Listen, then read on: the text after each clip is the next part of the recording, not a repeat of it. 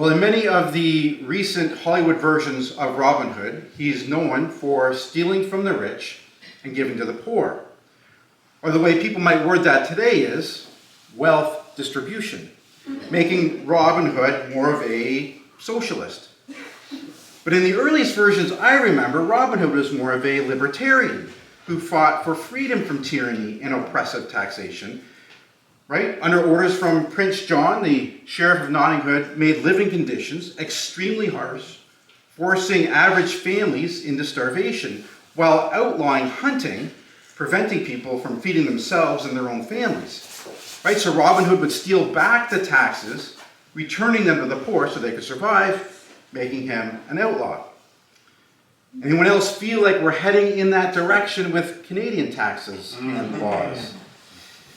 Well, during World War I in 1917 is when they started taxing our income in Canada. The Saskatoon Daily Star back then, calling the newest tax conscription of wealth. Paul McKeever, the leader of the Ontario Freedom Party, was interviewed about this in 2008 on Crossroad Televisions. I've cut the interview down to a minute and a half. But Dale called and asked a question about taxes and called during the break. You're giving us a little bit of a historical rundown here. Right. Yes. Well, in 1917, because of World War I, the federal government started taxing income, and it was supposed to be a temporary thing, but they just kept doing it. And attempts to challenge that have not been successful because courts are appointed by the Prime Minister and the ministers, so it doesn't change. Mm-hmm. But yeah, there was a time at which income tax was not imposed by the federal government. In fact, in the province of Ontario, we didn't have income tax until 1969 when the Progressive Conservatives brought in socialised healthcare. It was meant to pay for social welfare, though, it's a tax drainer, but at the same time, you've got one camp that's for it, and the other that's totally against it because they feel like it's all on their back. Yeah. So it's a big one in terms of election campaigning. Would you say so? Yeah, well, I mean, we've got what's called progressive rates of taxation in the country. So not only do people who make more pay more, they pay at a higher rate. And I mean, that's classic Marxism. That was in the Marxist, the Communist Manifesto. That was institute a progressive rate of income tax. And that's what we've got as a leftover from 20th century leftist thought. I think it's starting to reverse a bit, but it's a major hangover, and government's getting more and more expensive. So that's right. Nice to know our tax system is adopted from the Soviet Union.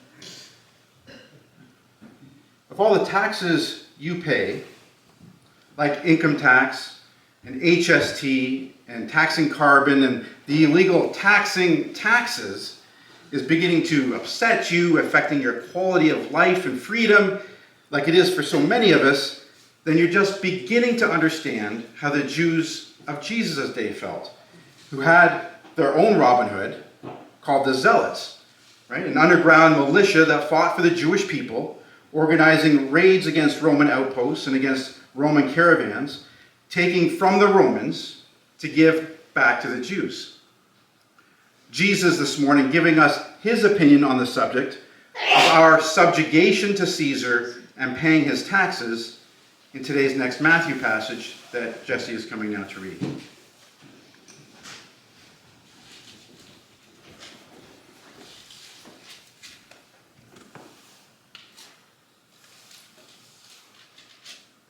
Then the Pharisees went and plotted how they might entangle him in his talk. And they sent to him their disciples with the Herodian, saying, Teacher, we know that you are true and teach the way of God in truth, nor do you care about anyone, for you do not regard the person of men. Tell us, therefore, what do you think? Is it lawful to pay taxes to Caesar or not? But Jesus perceived their wickedness and said, Why do you test me, you hypocrites? Show me the tax money. So they brought him a denarius. And he said to them, Whose image and inscription is this? They said to him, Caesar's. And he said to them, Render therefore to Caesar the things that are Caesar's, and to God the things that are God's. And when they had heard these words, they marveled, and left him and went their way. Thank you, Jesse.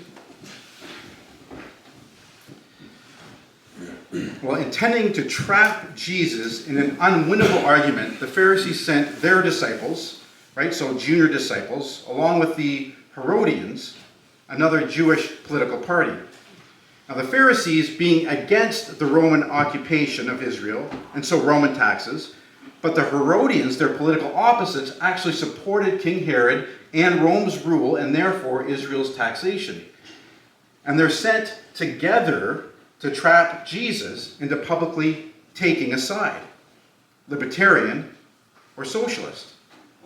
But starting with some vain flattery, "Teacher, we know that you are true and teach the way of God in truth, nor do you care about anyone, for you do not regard the person of men." And then finally the question comes, "Tell us therefore what you think. Is it lawful to pay taxes to Caesar or not?" Right? They word the question in such a way that requires a yes or no answer. Like you may have seen in a good court movie, where the witness under oath starts explaining himself, but the lawyer cuts him off, right? No, just a yes or no, please. Just a yes or no will do, right? Because the lawyer is not interested in the truth, but in controlling what the audience is hearing by trapping the witness into saying what he wants, which is the case here.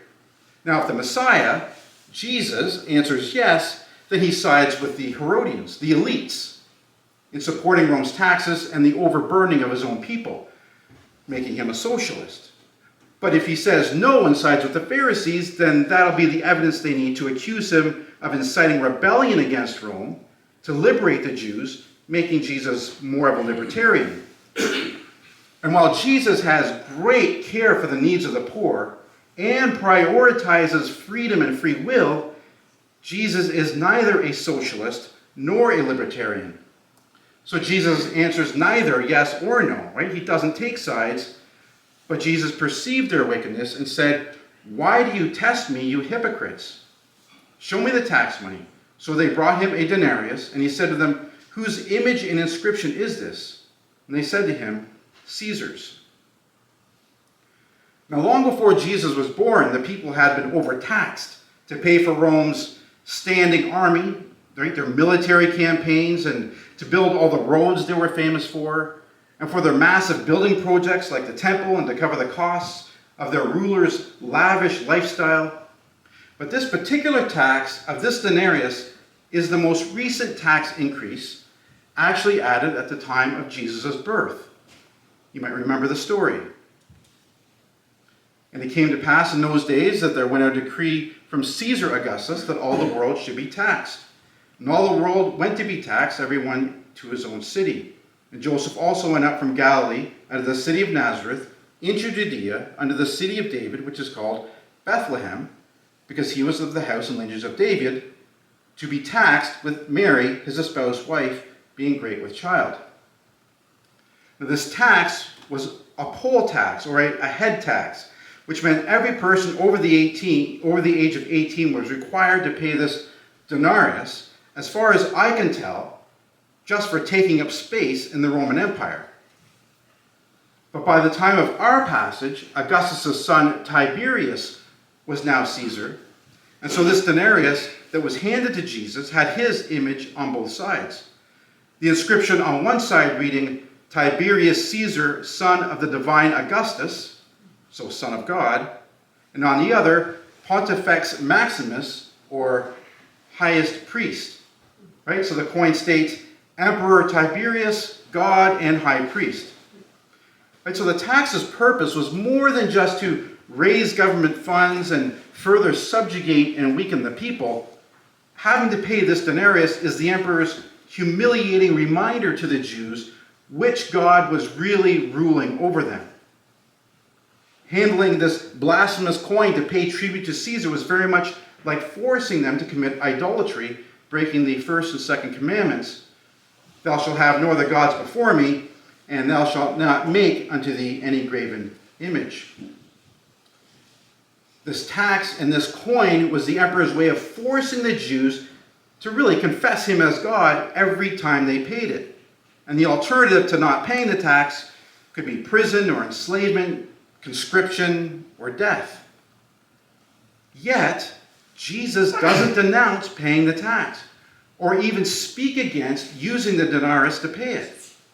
So instead of picking sides, being for Caesar and against God, or for God and against Caesar, he said to them, "Render therefore to Caesar the things that are Caesar's, and to God the things that are God's." Jesus chooses obedience to both Caesar and God, but prioritizing here obedience to God over Caesar. But we need to take a closer look at Jesus' answer to really get at what he's teaching us here this morning, right? So stick with me as we dig down on this. The Greek word for render there being apodidomi, which means more than just give, but primarily means to give back or return something to its rightful owner. It can also imply rendering or repaying what is due, whether in a financial, moral, or spiritual sense. Which is how we see Jesus use this word, render, in other Matthew verses. Like, every idle word men may speak, they will give or render an account of it on the day of judgment. And your Father who sees you in secret will reward or render to you openly. You will by no means get out of there till you have paid or rendered, right, paying back the last penny. And finally, you shall not swear falsely, but shall perform, right, render or fulfill your oaths to the Lord. Right, so rendering to Caesar and God, it's really the sense of paying back or returning what is rightly owed to them. Like in the parable of the vine dressers from a couple weeks ago. Now, when vintage time drew near, the owner sent servants to the vine dressers that they might receive its fruit. Right? The vine dressers owed back to the landowner his fruit. But the vine dressers took his servants, beat one, killed one, and stoned another. Therefore, when the owner of the vineyard comes, what will he do to those vine dressers? They said to him, "He will destroy those wicked men miserably and lease his vineyard to other vine dressers who will render or pay back what they owe to him, the fruits in their season." Jesus, I believe, building on this parable from two passages earlier, when he says to them in our passage, "Render therefore to Caesar the things that are Caesar's, and to God the things that are God's." The implication being, because this denarius has Caesar's image and inscription on it, indicating it belongs to him, go ahead and pay back to him what you have that is rightfully his. But likewise, that which bears God's image and inscription reveals God's ownership, and so pay back to God what is rightfully his. Now, there is so much for us here in Jesus' short but incredible teaching. I've limited us to just 3 applications this morning: political, economical, and Christological. All right, so first, the political. Now, while the kingdom of Jesus is absolutely revolutionary, he is not leading or establishing a political or military revolution, which he will do when he returns. That's his job, not ours. In the meantime, he intends his kingdom, Christians, the church, exist and flourish and follow Jesus and meet together and worship and share the gospel and love your neighbor and pray for your enemies within whatever time, place, or circumstances, under whatever government structure and laws we find ourselves. Because remember, neither government nor taxes are evil in themselves, God having established both in ancient Israel through the law of Moses. Now, a great example of this attitude of peace and submission under Caesar that Jesus wants Christians to have for our own sake is when Babylon took God's people captive. And while living in that pagan city under pagan rule, God told his people, build houses and dwell in them. Plant gardens and eat their fruit. Take wives and beget sons and daughters, and take wives for your sons and give your daughters to husbands, so that they may bear sons and daughters, that you may be increased there and not diminished. Right? So as God's people today living under pagan rule, live out your lives and your faith and pass both on to successive generations. And then he continues, and seek the peace of that city where I have caused you to be carried away captive, and pray to the Lord for it, for in its peace you will have peace. Now, a couple of New Testament ways God says the same thing. If it is possible, as much as it depends on you, live peaceably with all men. Right? So don't be responsible for causing unrest, hostility, insurrection, anarchy. And, Peter continues, conduct yourselves with such honor among the Gentiles, that though they slander you as evildoers, they may see your good deeds and glorify God on the day he visits us. Now he continues, therefore submit yourselves to every ordinance or institution of man for the Lord's sake, whether to the king as supreme, or to governors as to those sent by him for the punishment of evildoers and for the praise of those who do good. For this is the will of God, that by doing good you may put to silence the ignorance of foolish men. Right? So give to Caesar whatever Caesar wants from you. Obey his laws, pay his taxes, fair or oppressive, legal or illegal. Obey Caesar's laws of the land, only insofar as you are not going contrary to God's will of doing good. So, for example, let's hypothetically say, if the government ordered the church to stop meeting together for worship, for fellowship, or the breaking of bread together, or they forbid doing good, like forbidding you from visiting those living alone in isolation, or they order you to isolate yourself from the sick, rather than doing good and providing care and company for them, which contradicts God's instructions in James to visit those who are in affliction. Now, in such random hypothetical circumstances, and I'm sure you could come up with your own, Caesar must be disobeyed so we can continue obeying God, doing good. So that's the political application of Jesus' teaching and example here, that Christians submit to their political authorities only insofar as they're not acting contrary to God's will, influencing our neighborhoods and city and province and country and one another with God, the gospel, and with good. Now, a second application of Jesus' teaching here about rendering back to God concerns our tithes and offerings. Now, a couple months ago, I very briefly gave a few reasons why we don't hand the offering plate around here, which I'll now explain further. First, even if you tithed above and beyond on Saturday, so you don't put anything in the offering plate as it goes by you on Sunday, as you shouldn't, it can still create a sense of guilt in some people. Right? And the church is supposed to point people in the direction of overcoming and healing from guilt, not be the cause of it. Or what I've heartbreakingly seen pastors do is intentionally try and make the congregation feel guilty to manipulate their behavior to change, which is what religion does, opposite the gospel. Right? Conviction and change comes by the work of the Holy Spirit and God's Word.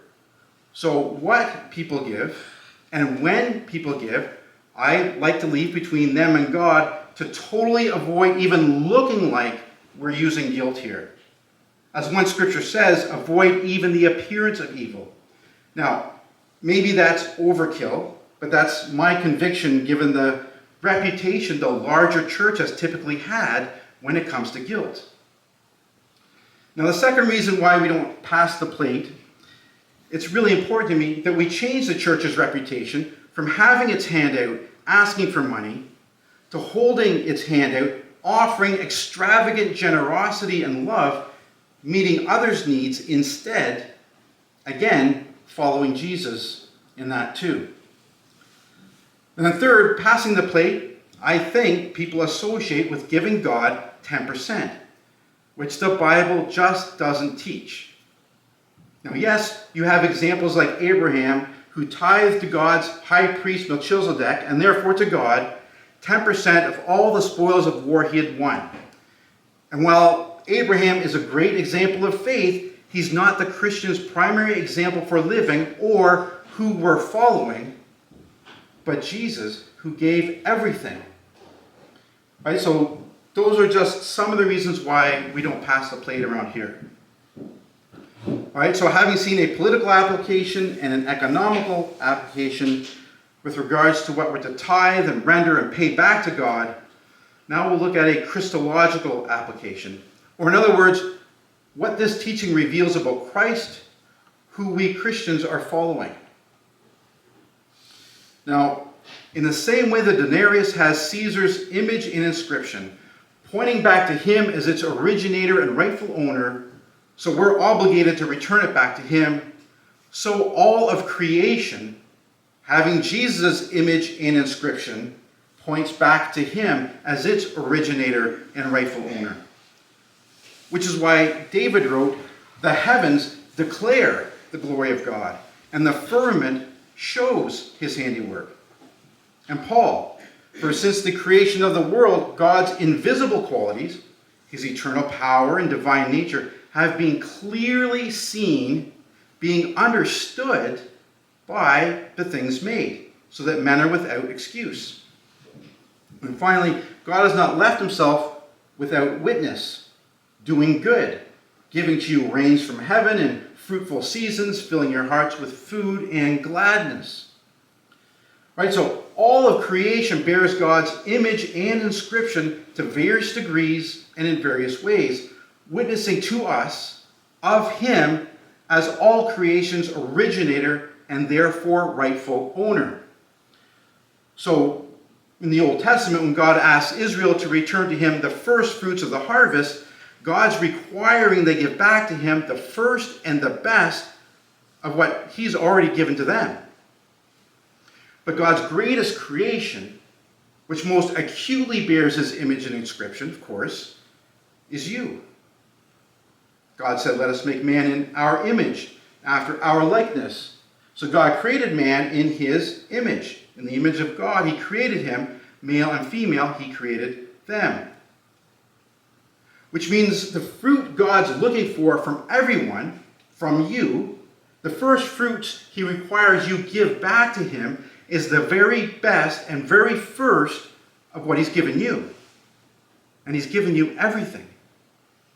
Everything you are, everything you have, everything under your authority, your entire existence, your free will, your soul, your body, your abilities, your time, your house, your car, your money, your family, your love, your devotion, your passion. The first and best of your everything, which is everything, is the first fruits God requires from all of us. So rendering just 10% of just our income is not really where the bar is set for us Christians. And in fact, I wholeheartedly agree with a Bible college professor of mine who said 10% of one's income is a great place for new Christians to start. God giving us an example to grow towards of what Christian giving looks like when he gave his son's life for yours, and when Jesus gave his own life for you on the cross. Or if you want further examples of what Christian living and giving looks like, read through the life of Jesus in the Gospels, or of the apostles in Acts. Now, this whole teaching, and I'm going to just be honest with you here about giving all of ourselves and all of our everything to God because it's all his, is something I personally find enormously convicting. Look, not about enjoying the good gifts God gives us, his children, to enjoy. Not even about giving more of myself and my stuff to God, because that's just kind of a conviction I've always wrestled with. But because, like Caesar was doing, laying claim as his, that which belongs to God, I know I'm still laying claim as mine. that which rightly belongs to God. And if you are too, and I suspect we all are, then like Caesar, we put ourselves in God's place too. Over whatever it is you and I continue living like, it's all ours, and God has nothing to do with it. I mean, it could be your money you never consult God about. It could be your financial goals, your kids, your home. Could be you give God zero consideration about your career pursuits or your leisure time or your relationships, your secret sins. Anything you don't concede, offer up, give up, or render to God is where you and I are Caesar in Jesus' teaching. Taking ownership as God over that which is rightly God's. And part of our shared problem as Christians, I think, that can inhibit our growing in our giving back to God in every area of our life, that keeps us preoccupied and distracted from following Jesus more closely, is our being more invested, more focused, more attentive, more concerned with the evils of our emperor and what he keeps conscripting from us, and his increasing restrictions to our freedom and what he's not rendering to God, rather than being more invested, more focused, more attentive and concerned with what we're not rendering to God, which we all tend to neglect. Now, of course, Christians are to be involved politically where they're called to and advocate for social justice concerns. But if our focus and attention and time is spent more on what the emperor is doing than on what Jesus is doing, which only you and God know, then we have to ask ourselves if the emperor really has become our God, giving more of ourselves, heart, mind, soul, and strength to him than to Jesus. Because following Jesus means we are neither a socialist revolting against the government or a libertarian first revolting against the government. We're neither Robin Hood or zealots, because neither was Jesus. But we're disciples of Jesus, following him, learning from him how to give back, how to render to Caesar what rightly belongs to Caesar, while rendering all of ourselves first to God. So let's close by rendering to God our praise this morning. Stand with me.